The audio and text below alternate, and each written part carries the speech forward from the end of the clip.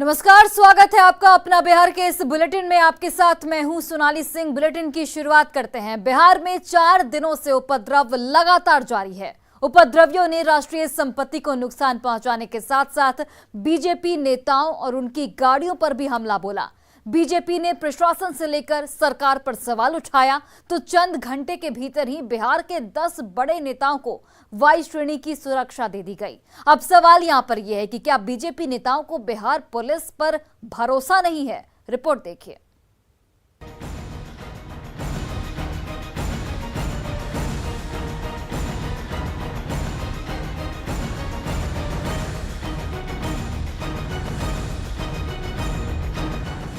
शुक्रवार को एक तरफ शहर दर शहर उपद्रवी तांडव मचा रहे थे तो दूसरी तरफ बीजेपी नेताओं के घर और गाड़ियों को टारगेट किया जा रहा था।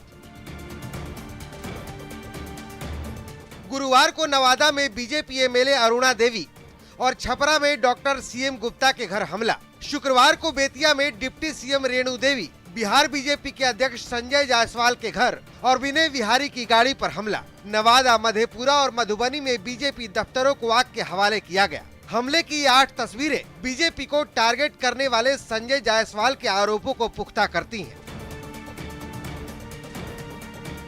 संजय जायसवाल ने साफ तौर पर कहा है कि हिंसा होती रही और पुलिस दयनीय स्थिति में पड़ी रही, न लाठी चलाई न बंदूक। प्रशासन की भी भूमिका रही है, वो अभी बिल्कुल अच्छी नहीं रही है। प्रशासन का काम होता है, कहीं पे भी कल तक हम लोगों ने गलती से भी नहीं सुना कि कहीं पे किसी को लाठीचार्ज किया गया हो, किसी को टीयर गैस हो गया हो। सरकार पर संजय जायसवाल के आरोपों के चंद घंटे के भीतर ही गृह मंत्रालय सक्रिय हुआ और केंद्र सरकार ने बीजेपी के 10 नेताओं को वाई श्रेणी की सुरक्षा मुहैया करा दी। बिहार में एक साथ कई बीजेपी के नेताओं को सीआरपीएफ के 22 श्रेणी की सुरक्षा दी गई है, जिसमें प्रदेश अध्यक्ष संजय जायसवाल, दोनों डिप्टी सीएम तारकिशोर प्रसाद और रेणु देवी सहित कई विधायक और एमएलसी और सांसद की जो सुरक्षा है वो बढ़ा दी गई है। जिन नेताओं को वाई श्रेणी की सुरक्षा मुहैया कराई गई है, अब आप उन नेताओं के नाम भी जान लीजिए। डिप्टी सीएम तारकिशोर प्रसाद को वाई श्रेणी की सुरक्षा मिली है। डिप्टी सीएम रेणु देवी को भी सुरक्षा मुहैया कराई गई है। बिहार बीजेपी के अध्यक्ष संजय जायसवाल को भी सुरक्षा मिली है। दीघा से विधायक संजीव चौरसिया और दरभंगा से विधायक संजय सरावगी को भी वाई श्रेणी की सुरक्षा मिली है। हरिभूषण ठाकुर बचौल और दरभंगा के सांसद गोपाल जी ठाकुर को भी वाई श्रेणी की सुरक्षा मिली है, जबकि एमएलसी दिलीप जायसवाल, एमएलसी विजय खेमका और एमएलसी अशोक अग्रवाल को भी वाई श्रेणी की सुरक्षा मिली है। जाहिर है बीजेपी को बिहार पुलिस पर एतबार नहीं है। बीजेपी को ऐसा लगता है कि प्रशासन पूरे घटनाक्रम में मौन रहा, जानबूझकर बीजेपी को टारगेट किया गया, जबकि जेडीयू का दावा है कि प्रशासन पूरी ईमानदारी से अपना काम कर रहा है। प्रशासन क्यों पार्टी आपको टारगेट करेगा? प्रशासन तो अपना काम कर रहा है, प्रशासन आपको क्यों टारगेट करेगा?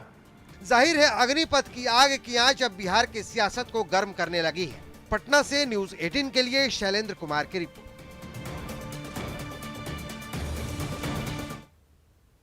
अग्निपथ योजना के विरोध में हिंसक प्रदर्शन के बाद दरभंगा नगर से विधायक संजय सरावगी के घर की भी सुरक्षा बढ़ा दी गई है। उनके घर पर सुरक्षा को लेकर दिन रात सीआरपीएफ के जवान तैनात रहेंगे। वहीं नगर विधायक के घर के बाहर दरभंगा पुलिस की गश्ती भी बढ़ गई है।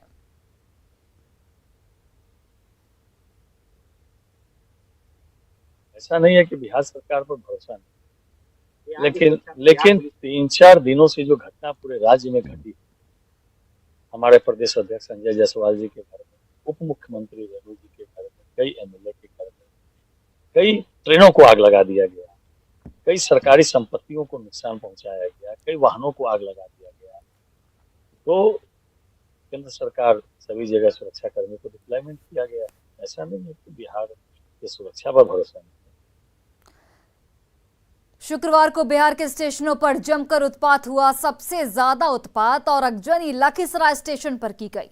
अग्निपथ के विरोध के नाम पर जिस ढंग की लूट मचाई गई उसे आप भी देखिए।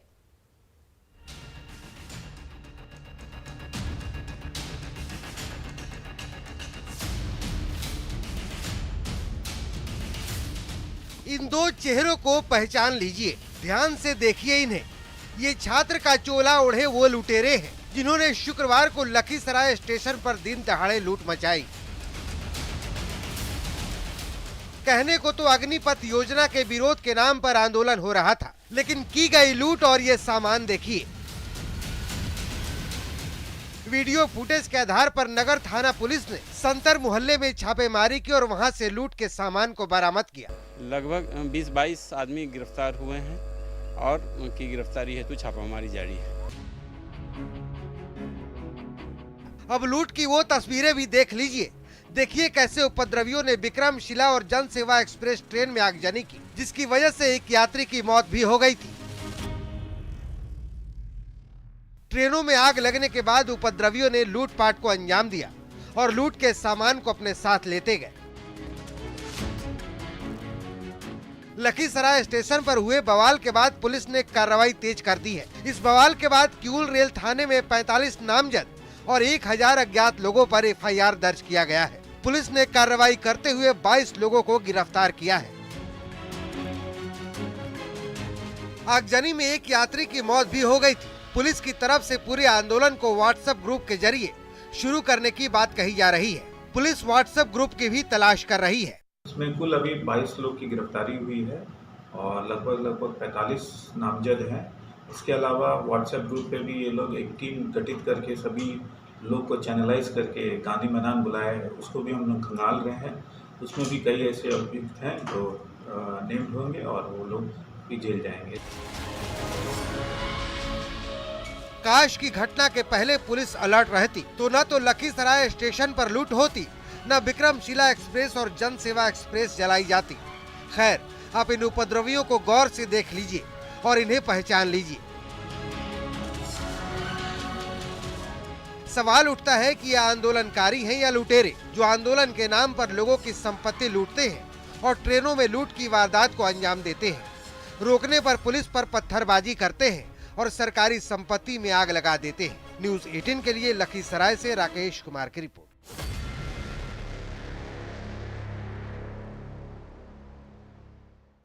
दानापुर स्टेशन पर प्रदर्शन कर रहे प्रदर्शनकारियों को पुलिस का भी खौफ नहीं रहा है। यही वजह है कि दानापुर स्टेशन पर मौजूद जीआरपी थाने को भी प्रदर्शनकारियों ने नहीं छोड़ा। थाने में जमकर सिर्फ तोड़फोड़ ही नहीं की गई, बल्कि पुलिस के जवानों पर भी हमला किया गया। मौके का जायजा लिया न्यूज़ 18 से हमारी संवाददाता विनीता मिश्रा ने।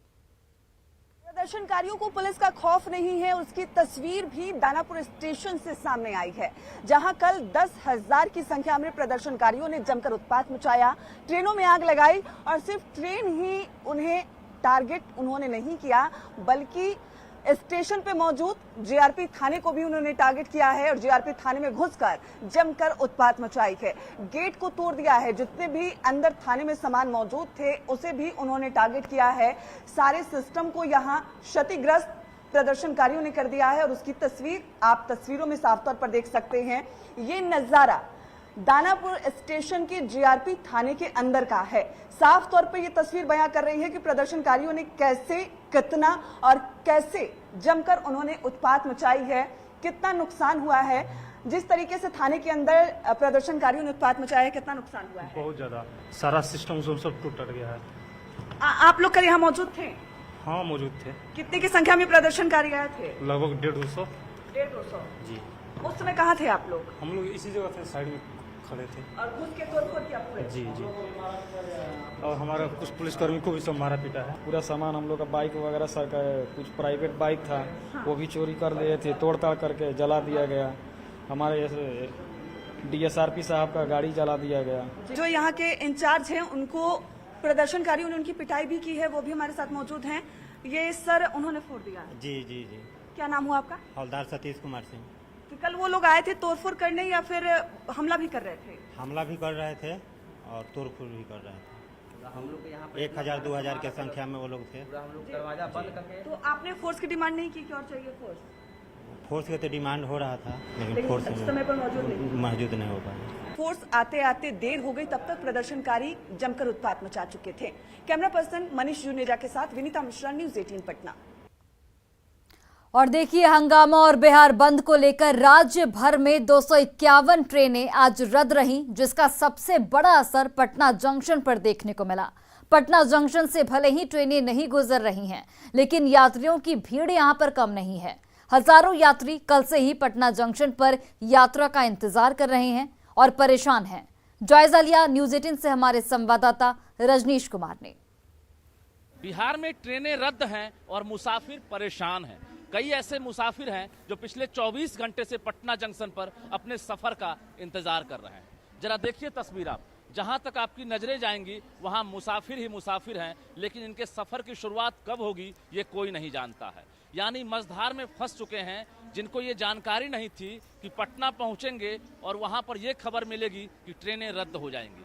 कल से ही ये लोग इंतजार कर रहे हैं, क्योंकि कल से ही जो रेल परिचालन है वो बाधित है। बिहार में उपद्रवियों ने कई जगहों पर ट्रेन में आग लगा दी थी, उसके बाद फिर आज बिहार बंद हो गया। और बिहार बंद की वजह से देख सकते हैं कि देश भर के कोने कोने के जो यात्री हैं वो अपने अपने गंतव्य तक जाना चाहते हैं, लेकिन जाएं तो कैसे जाएं।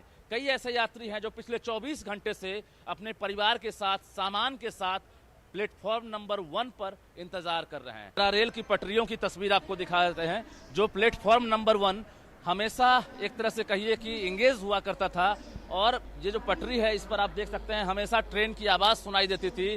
ट्रेनें आती थी, फिर गंतव्य तक निकल जाती थी, लेकिन प्लेटफॉर्म नंबर 1 जो सबसे व्यस्तम है, यहाँ पर भी आप देख सकते हैं कि ट्रेनें नहीं आ रही है, क्योंकि पूरे बिहार में 251 ट्रेनें रद्द हुई है, जबकि पटना और दानापुर में 53 ट्रेनें रद्द की गई है। नतीजा, जो हजारों मुसाफिर हैं उनका सफर अभी भी अधूरा है और वो इंतजार कर रहे हैं कि शायद ट्रेन खुलेगी और सफर तय कर पाएंगे। कैमरामैन दीपक के साथ रजनीश कुमार, न्यूज़ 18 पटना। अग्निपथ योजना को लेकर हो रहे उपद्रव को लेकर बिहार सरकार के कृषि मंत्री अमरेंद्र प्रताप सिंह का बड़ा बयान सामने आया है।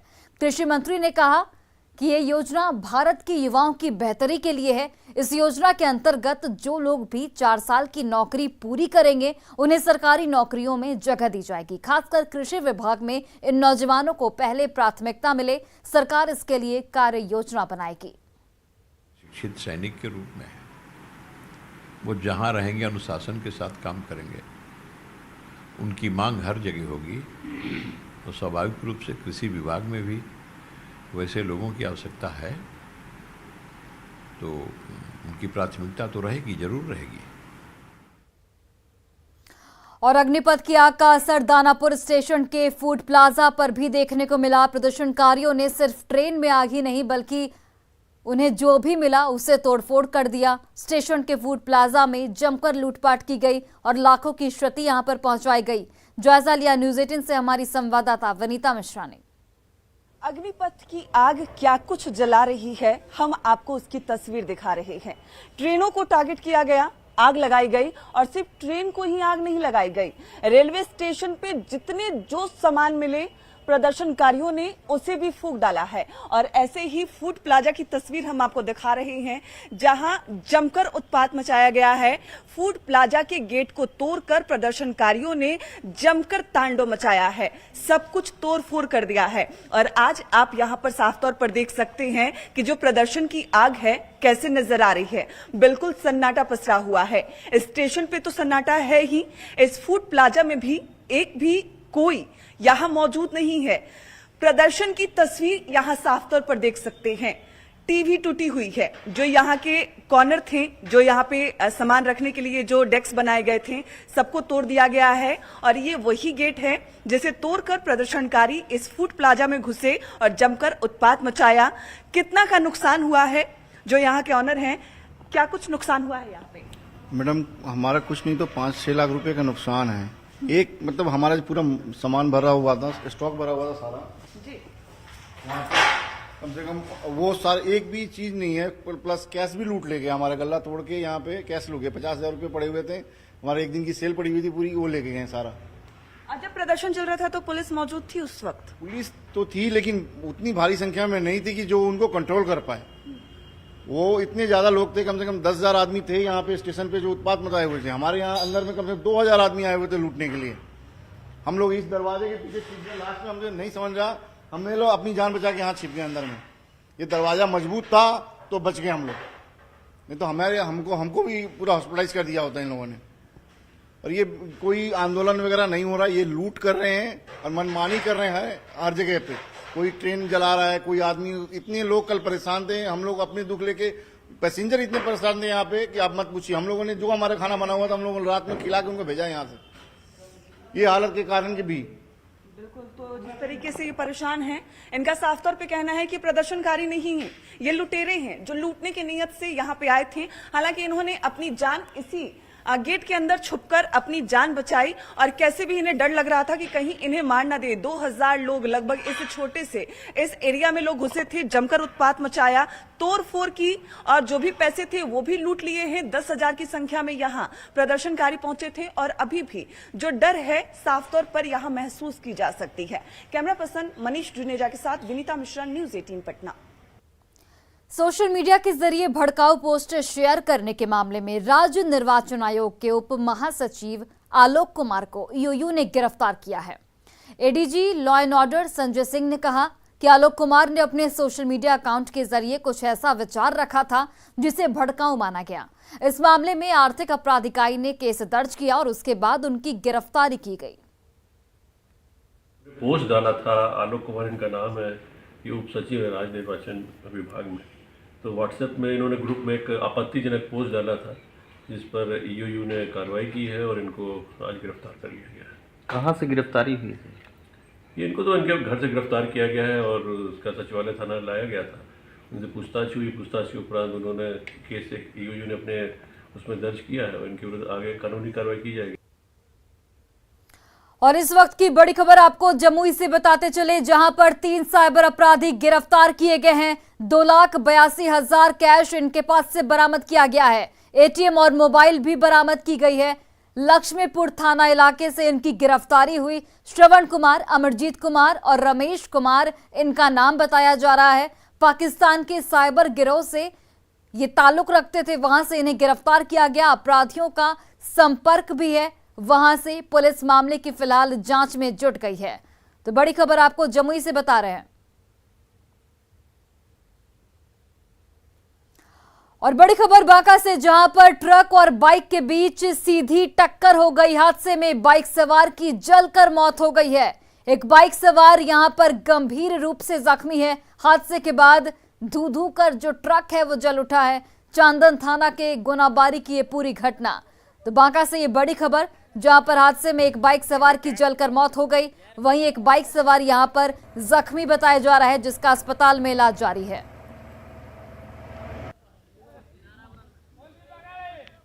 और एक और बड़ी खबर आपको खगड़िया से बताते चले, जहां पर आग से 3 झोपड़ी जलकर राख हो गई। फायर ब्रिगेड की टीम ने हालांकि आग पर काबू पा लिया है। गोगरी थाना के दिनाचकला गांव की घटना, तस्वीरें आपके टीवी स्क्रीन पर, जहां पर 3 झोपड़ी आग में जलकर खाक हो गई। 3 झोपड़ियों को आग ने अपनी चपेट में ले लिया। हालांकि फिलहाल आग को बुझा लिया गया है।